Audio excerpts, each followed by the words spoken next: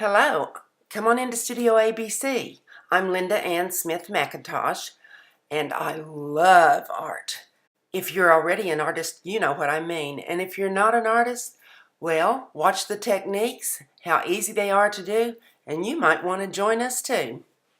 Collectible cards are usually made out of cardstock, paperboard, or some other type of thick paper. You may be familiar with baseball cards, but today we're going to learn about artist trading cards, also known as ATCs. People began trading baseball cards over 100 years ago, but ATCs began in 1997. Like other collectible cards, they measure 3.5 by 2.5 inches. We had a free workshop last Saturday, so let's look at what we did. Okay, if you have paint left over, I have a blank canvas. This is where this is an old canvas that I gessoed under, and I love to play with things where you smear leftover paint on a canvas and then you make something out of it. So when you have leftover paint on your card, you're welcome to come over here and smear it on my canvas. And you just start to smear and play with it.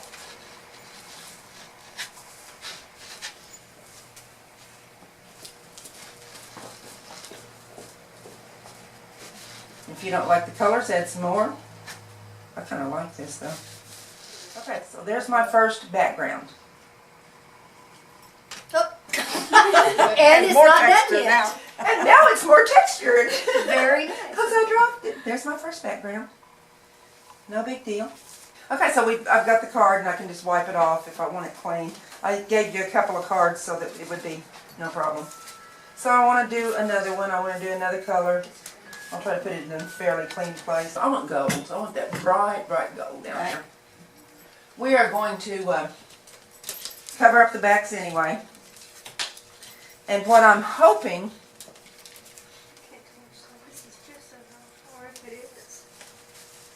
is that this will do what this time I'm not going to put another color with it. I'm just going to use the card to smear with. And you see that some of the lettering's on there and stuff. I don't care. It's going to show. If it shows through, it's not a big deal to me. If it's a big deal to you, keep painting.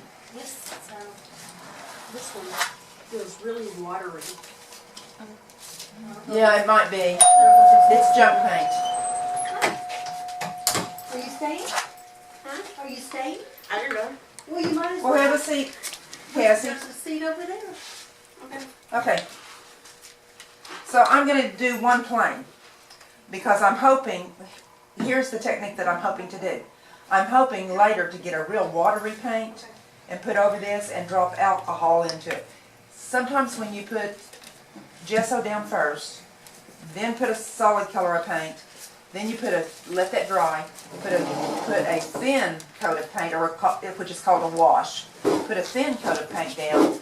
Then when you drop alcohol in it, it blossoms, it blooms, and it's fun to watch. So that's what I'm doing with this one. And you can do whatever you want to with the others.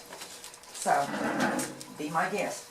I have a hairdryer over here by the dresser and one in the classroom. So I'm going to go dry mine. A couple of things. These two cards here don't feel like they have gesso on them, but they don't need it. No, some are gesso, two are gesso, the rest of them are not. Okay, so we're just going to use it that way. I'm going to use my gessoed ones for the alcohol technique, and sometimes that alcohol technique works and sometimes it doesn't. Okay.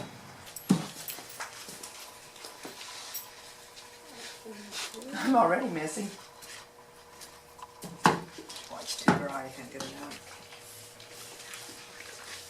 Somebody asked me what I did for a living the other day, and I held up my hands.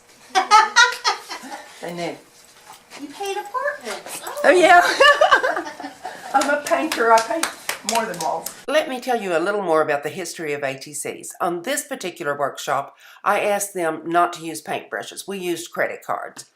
ATCs can be made with anything.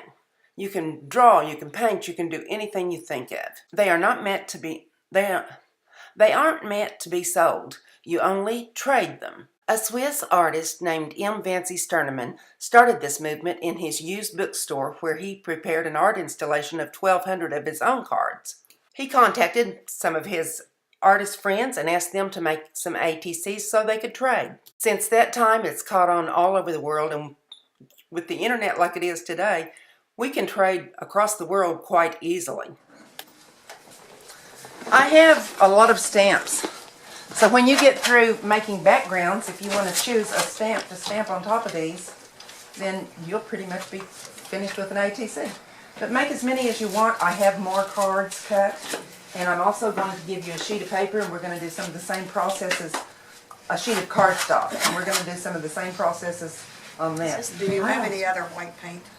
I might, and quite often I use color art on these. But for the purposes today, I just wanted people to see that you could use anything. Are you going to make some, Cassie? She started already. Good, good. Yes, she Oh, what is. the heck?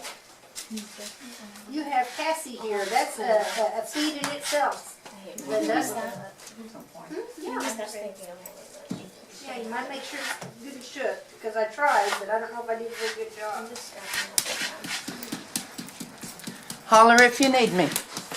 I'm going to cut some paper here.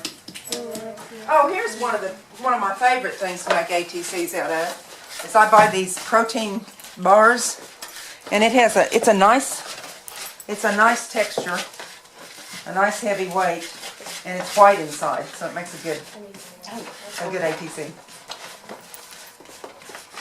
We use everything, and Cassie is collecting bags from Walmart and wherever to make mats for the homeless.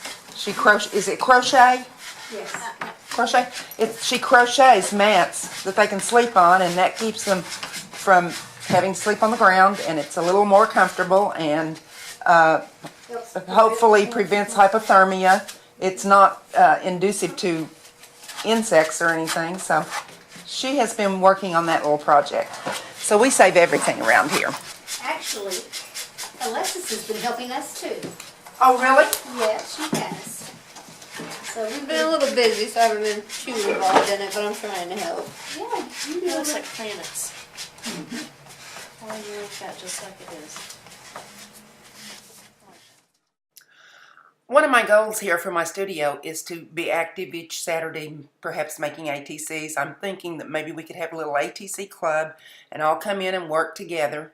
So if you live in the Tulsa, Oklahoma area, then Coweta's just a hop away. And you could get down here, we can make some ATCs together.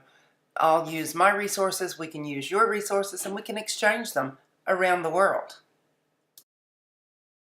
I'm shooting for 1 p.m. each Saturday, and I'll teach a different technique each week when you come in. So basically, you would be getting a mixed media class in miniature form, but also having this club to exchange the ATCs. I want to say a heartfelt thank you to everybody who's even crossed my door here. I've never been so fulfilled or so happy doing anything as I am in the studio, and I never, ever feel like, oh, I don't want to go to work today. I can't wait to get here, and I have to kick myself to get myself out of here to go home. I love what I'm doing. I feel like maybe I'm touching a few lives here and there, especially of some teenagers. I have delightful teenagers coming in, and some of them volunteer, and some of them just come in to sit down to sketch.